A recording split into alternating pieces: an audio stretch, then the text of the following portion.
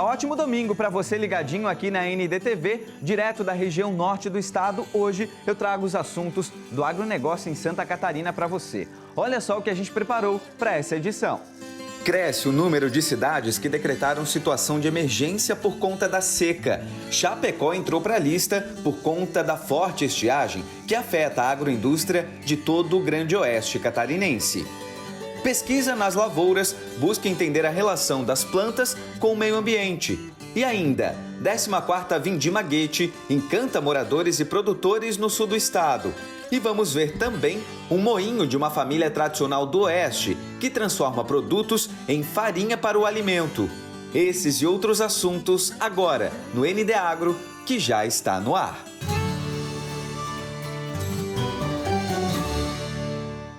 Na Serra Catarinense, até a produção de maçã já começa a ter prejuízos causados pela falta de chuvas. Os produtores da região já esperam um volume menor de produção agora em 2022. A Serra Catarinense vem sofrendo com a estiagem prolongada, que provocou danos severos em pomares plantados nos locais com solos mais rasos.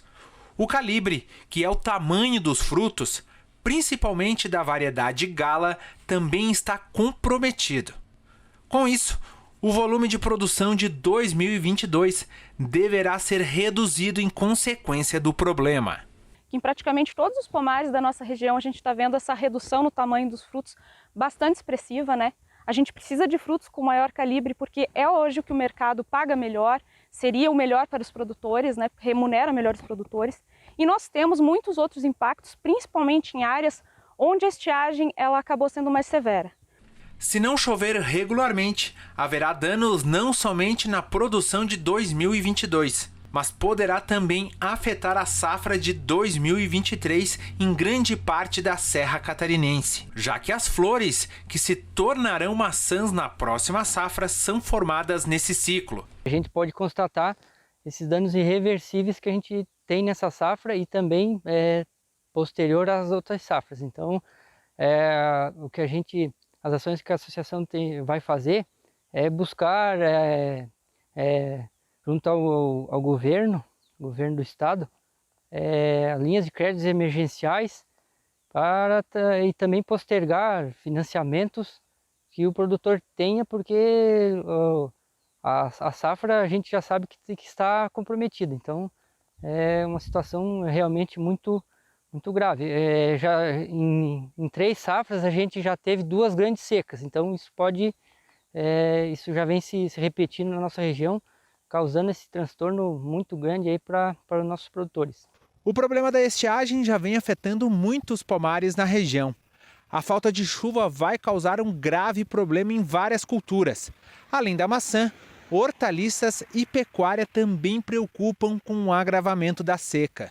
Olha, o impacto está altíssimo, né? Eu estou aqui com uma perda muito alta, tá? Já estou quase 100% já atingindo, né? Os tratamentos têm que ser feitos continuados, né? Eu não posso, nem mesmo nesse momento, eu não posso parar com aplicações de fungicidas e protetores, tá? E eu tenho que continuar. Essa maçã, eu tenho mais 40 dias para iniciar a colheita e ela nunca mais vai chegar, né? Está num nível crítico já.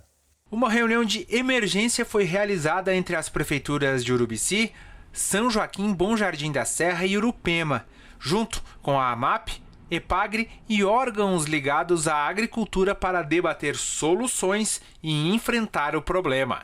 Então, realmente, é uma situação que nos preocupa, a qual temos que buscar apoio junto ao governo e buscar nossos planejamentos futuros quanto aos municípios para que tracem o seu planejamento de ação de combate à estiagem. E a região oeste catarinense é a mais afetada pela estiagem prolongada. O pasto está seco e não está rebrotando. Com isso, os animais sofrem com a falta de uma boa alimentação. Mas alternativas estão surgindo para ajudar nesse período sem chuva. É só andar um pouco para encontrar a grama seca e animais sem pasto para comer. Nesta propriedade são 800 cabeças de gado de corte. Para não deixar os animais sem alimentos, a alternativa é usar o feno que foi armazenado no inverno. Plano B é todo ano fazer uma reserva, né? Como aqui nessa propriedade foi feito feno de aveia, azevém, e nós vamos acabar tendo que utilizar agora para manter minimamente os animais. As lavouras de milho já estão acumulando prejuízos. Esta, por exemplo, foi plantada há 60 dias e está totalmente seca. A alternativa é antecipar a colheita e fazer silagem. Antecipou muito, aí o milho está seco já e o grão não estaria ainda bem pronto, né, para fazer a silagem. Então, nós vamos ter que antecipar para não ter problemas maiores, para não ter perda maior com esse milho. De acordo com a Epagre, nas regiões Oeste e Extremo Oeste, os produtores podem ter perdas de até 50% na colheita. Até mesmo a grama está seca com a falta de chuva e acaba prejudicando a alimentação dos animais. Sem água para beber, sem o pasto rebrotando e com temperaturas acima de 30 graus, é importante ficar atento à saúde animal. Este veterinário acompanha de perto a situação dos animais e alerta para cuidados necessários nesta época do ano. O gado de corte, principalmente que a gente trabalha aqui, ele é a pasto. Então essa questão dessa insolação ela é muito alta, você tem risco de causar lesões de pele em virtude da alta insolação. E a questão do estresse térmico, ele acaba abre as portas para doenças, né? Então, se não ficar de olho, acaba perdendo animais a campo. Além disso, a falta de um bom alimento e de água também interfere na produção e na reprodução dos animais. Algumas alternativas podem auxiliar neste período de seca, como a construção de cisternas para armazenar água, por exemplo. Para a questão da alimentação, você tem que tentar trabalhar com outras culturas, outras alternativas, em outros momentos, tentar recolher esse volumoso, né, que é necessário para o gado, e sendo que você tem risco de ter alimentos de inferior qualidade, mas buscar alternativas para tentar se manter ativo, né, porque o custo já é alto e a questão da lavoura ela acaba tendo custo alto com os insumos altíssimos que está, e se não tiver produção, já vai estar em prejuízo, né. Ideias que podem auxiliar os produtores e salvar os animais do calorão. O secretário de Estado da Agricultura anunciou investimentos para ajudar os produtores que sofrem com os efeitos da estiagem na região oeste. Os prejuízos nas lavouras podem chegar a 50%. Hoje, o secretário esteve em Chapecó e participou de reuniões com cooperativas do município, onde foram apresentadas as demandas do setor. A gente fez as reivindicações, as solicitações de antecipação, por exemplo, no caso do troca-troca de semente de milho, antecipação da vinda de calcário também, que são programas que envolvem as agroindústrias, que envolvem as cooperativas e envolvem a Secretaria de Estado da Agricultura. Então nós temos aí, por exemplo, para você ter uma ideia já de perda assegurada em termos da cultura de soja, em torno de 30% a 40%, né, que não recupera mais. E com relação ao milho também, eu diria assim, de 40% a 50% da safra já está comprometida. O secretário anunciou ações para tentar minimizar as perdas. Ele também convidou a ministra da Agricultura, Pecuária e Abastecimento do Brasil para visitar a região oeste e ver de perto a situação enfrentada pelos produtores. O governo do estado já liberou, fez a abertura do programa de resiliência hídrica para que os produtores possam fazer reservação de água. Já temos garantido 150 milhões do orçamento. O governador Moisés também assumiu o compromisso de, se esses recursos forem consumidos durante 2022 de forma rápida, aportar mais recursos para que os produtores possam fazer reservas de água nas propriedades rurais. Também estamos colocando à disposição dos produtores o programa Reconstrói Santa Catarina, que atende aos produtores que têm efeito de estiagem, chuvas de granizo, vendavais. É um recurso de até R$10 mil por agricultor. Também estamos dialogando com o Ministério da Agricultura, pedindo recurso emergencial. À tarde, Altair Silva participou de uma reunião com o prefeito em exercício de Chapecó para falar sobre o abastecimento nas comunidades do interior. O lajeado São José, reservatório da capital do Oeste, está em 50% da capacidade. Porém, com alto consumo, a situação ainda é instável. Algumas cidades estão passando por manobras operacionais no fornecimento. Alguns níveis de barragem tiveram seus níveis elevados com as últimas chuvas, porém não há contento ainda para normalizar o abastecimento em algumas cidades. Por enquanto, o problema é a falta de água e a quebra da safra do milho e do soja. Porém, no futuro, o consumidor deve enfrentar uma alta nos preços, principalmente do leite e da proteína animal. Vai encarecer muito a a produção de proteína animal em função da falta da matéria-prima para a formulação da ração. Então isso vai impactar diretamente na mesa do consumidor também.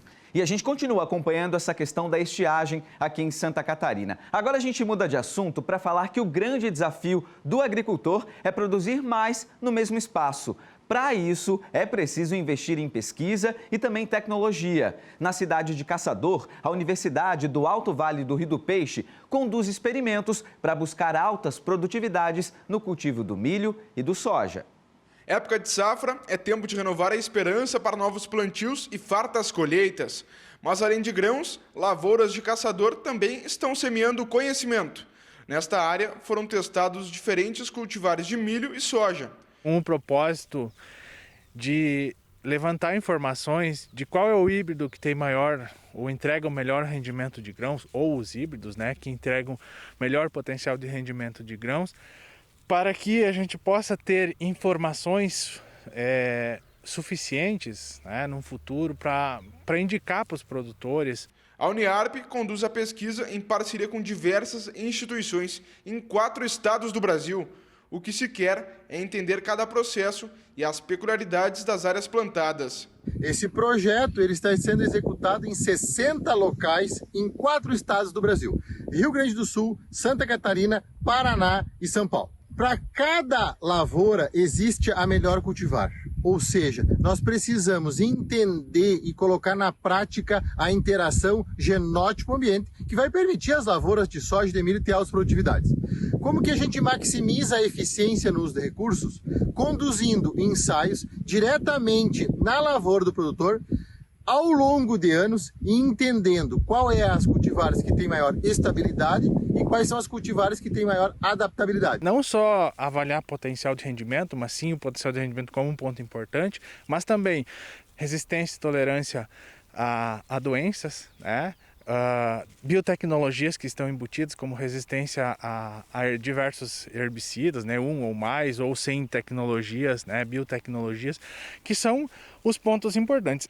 O grande desafio dos produtores é produzir mais no mesmo espaço. Para isso, é preciso investir em tecnologia, pesquisa aplicada direto nas lavouras, que ajustam manejos, reduzem custos de produção e aumentam a lucratividade. A sustentabilidade ela é o todo, né? Não é somente, eu não vou colocar adubo, né? Eu vou trabalhar com aqueles princípios, não vou pôr adubação, né? Não vou aplicar inseticida, mas sim, né? Quando a gente pensa numa área de um produtor que vai trabalhar com essas estratégias de manejo, aplicação de inseticida, fungicida, herbicidas, então ele precisa trabalhar com essas estratégias de manejo. E o estudo não fica só no solo. Por aqui também há esse coletor de esporos, que ajuda a identificar e prevenir doenças na cultura de soja, como a ferrugem asiática. O produtor, né, ou o técnico pode estar recolhendo, uma vez por semana, uma lâmina com uma fita dupla face, onde que ficam presos os esporos, ele leva para o laboratório, microscópio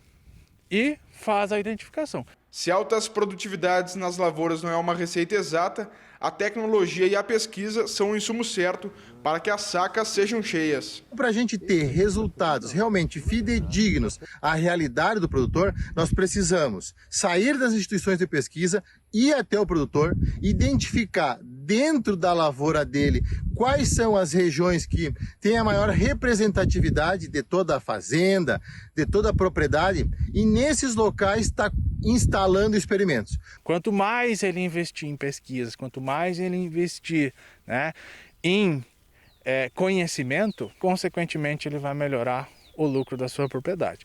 E a região sul do estado é referência na produção de uva e vinho Guete. Inclusive, Uruçanga faz parte do roteiro do Enoturismo aqui em Santa Catarina. E tradicionalmente, agora em janeiro, começa a festa da colheita no município. Essa é a 14ª edição da Vindima Guete. Olha só. Tradição. No dicionário é um costume transmitido de geração a geração. Aquilo que se faz por hábito. Ou ainda uma herança cultural, legado passado de uma geração para outra.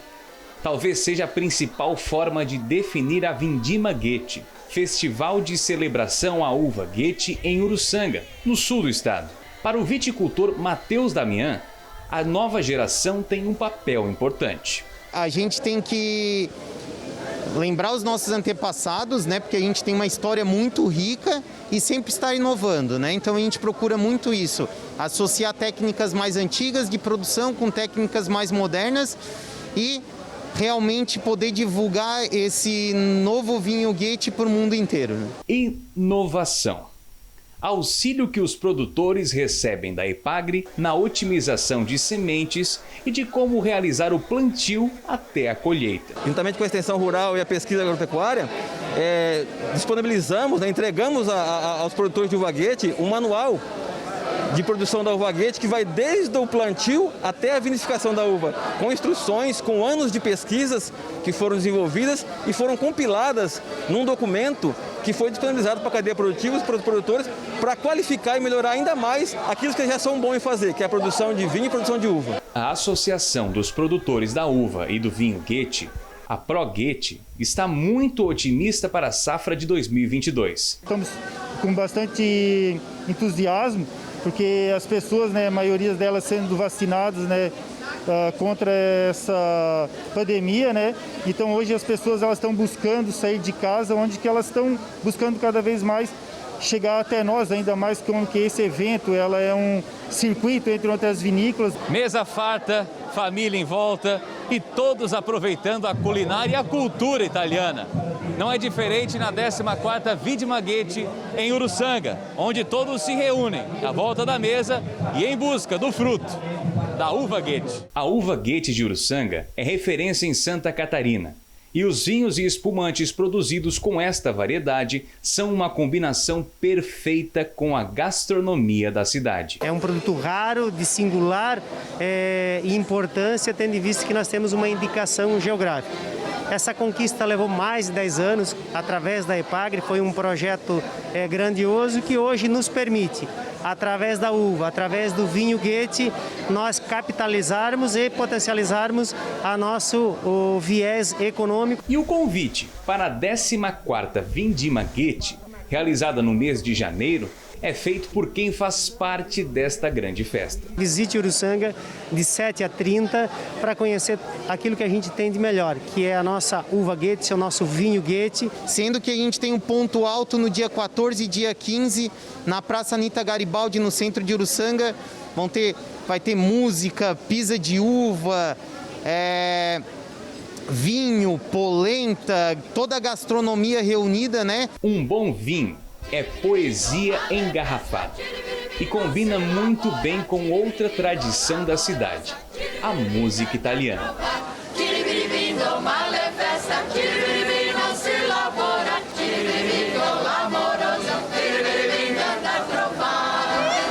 No século passado, os moinhos instalados no interior do estado representavam forte atividade econômica nos vilarejos.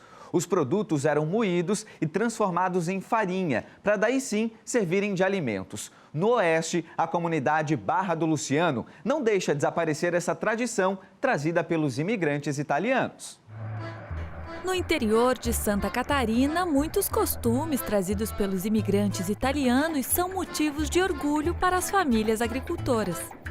Conhecendo suas raízes e honrando a história dos seus antepassados, elas não medem esforços para manter as tradições do seu povo. É o caso da família D'Ameto, que mantém ativo um moinho de pedra de meados do século passado. Aqui em Barra do Luciano, meu finado pai, falecido pai, Pedro, ele instalou esse moinho aqui em 1963, 62, por aí. 63 mais precisamente, eu acho. Aí ele ficou... Meu pai acabou falecendo, eu viajava, era carreteiro. E ficou uns 17, 18 anos parado. Aí resolvemos restaurar para deixar pronto em memória do meu pai.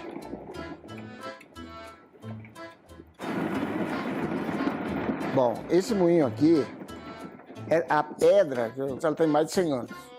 Meu pai adquiriu de um senhor, ela já era bem antiga, né, do cara, mas o resto não, daí, né. E que faz funcionar esse motor, ele funciona com energia elétrica, que tem um motor ali embaixo, e funciona com um motor a diesel, um Brosley inglês, que ele é do ano mais ou menos 1950, 48, eu não posso precisar bem, eu sei que é da época da guerra. Esse equipamento é uma pedra para fazer fubá de milho, farinha, que a gente chama farinha de milho. Isso aqui é o funil que vai o milho dentro, né? Ali tem a pedra, essa pedra de cima rodeia e a de baixo fica parada. Aí moe primeiro, no começo da pedra quebra o grão, vai afinando até que o fubá sai, desce por esse canal ali, cai numa peneira lá dentro da caixa, que é movimentada lá de baixo, aí sai a farinha peneirada, prontinha para uso. Foi dando tão certo que começamos a fazer a farinha de novo, o fubá, que eles chamam, e a procura foi grande que nós estamos fazendo meio direto, já estamos pensando em entrar junto na agricultura familiar ali, para expandir ali. Mas foi feito mesmo na época, há um ano atrás, para reviver a memória do meu pai, né? Que o meu pai adorava o moinho. Para a comunidade é importante porque precisa de uma farinhazinha, um fubá que eles chamam. Os caras vêm aqui, depois não tem hora e tal. É bom, serve para a comunidade. E para a família é uma tradição que nós vamos tentar manter do tempo do meu falecido pai. E espero que meus filhos, no futuro, quando nós se formos também, que já não sou mais criança, eles continuam mantendo isso aqui para muitas e muitas décadas, porque é um negócio que praticamente não existe quase mais, né?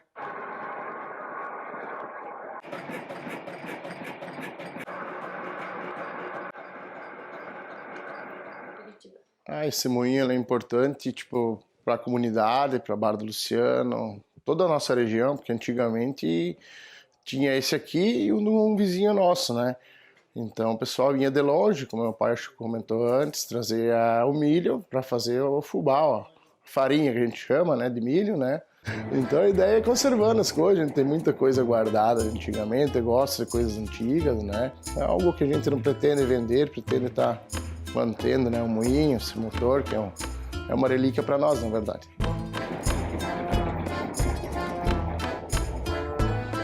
Assim a gente finaliza o nosso ND Agro desse domingo. Lembrando que outros assuntos do estado e do país, você já sabe, é só acessar o nosso portal ND+. Os assuntos do agro voltam no domingo que vem. Até lá. Tchau, tchau.